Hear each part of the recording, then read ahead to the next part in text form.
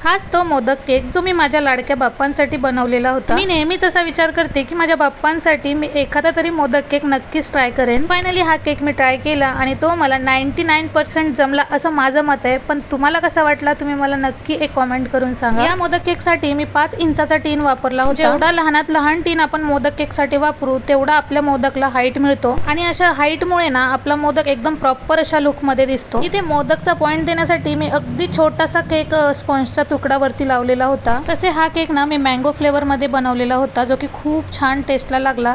आणि त्या दिवशी संध्याकाळच्या बाप्पांच्या आरतीला माझ्या घरी जे कोणी आले होते त्या सर्वांना मी हा केक कट करून प्रसादामध्ये दिला होता। सर्वांना देखील हा केक खूप जास्त आवडला होता। सर्वजण म्हणत होते की आजचा प्रसाद आम्हाला खूप जास्त आवडला बरं का श्वेता। तसेच बाप्पांसमोर उभी राहून हा केक जेव्हा मी कट करायला घेतला होता तेव्हा सहज आमच्या शेजारच्या मुलींनी व्हिडिओ सुद्धा ऑन करून ठेवले होते। तर तोही व्हिडिओचा छोटासा क्लिप मी पुढे ऍड केला आहे, तुम्ही नक्की पहा। त्यानंतर इथे ड्रायफ्रुट्सचे फ्लेक्स आणि गोल्डन फॉइल पेपर लावून सुंदर असा केक रेडी केला आणि इथे मी सर्वांना प्रसाद वाटण्यासाठी केक कटिंग करत होते तेव्हा मुलींनी घेतलेला छोटासा क्लिप। चला तर मग आमच्या घरचे क्यूटचे गणपती बाप्पा आणि बाप्पांसाठी बनवलेला सुंदर असा केक तुम्हाला कसा वाटला एक कमेंट करून नक्की सांगा। आणि आजचा व्हिडिओ आवडला तर एक लाईक आणि चॅनलवर नवीन असाल तर सबस्क्राईब करायला अजिबात विसरू नका। भेटूया नेक्स्ट व्हिडिओत, बाय बाय।